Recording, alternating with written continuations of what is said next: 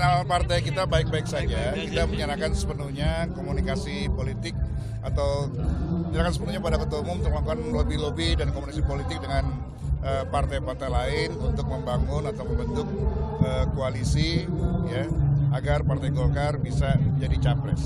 Karena keputusan partai kita udah bulat bahwa Partai Golkar harus memiliki calon presiden, yaitu Ketua Umum. Ada ini katanya Pak Erlangga akan dipasangkan dengan Caimin, makanya kemarin beberapa kali. Ya kita berdoa saja mudah-mudahan itu bisa kita wujudkan. Ya.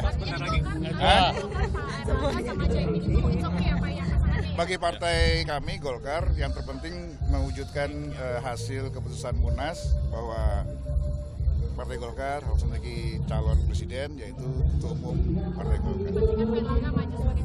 Ya, kita harus yakin dan percaya bahwa beliau mampu mewujudkan lobby-lobby politik, komunikasi politik agar amanat Munas bisa kita wujudkan.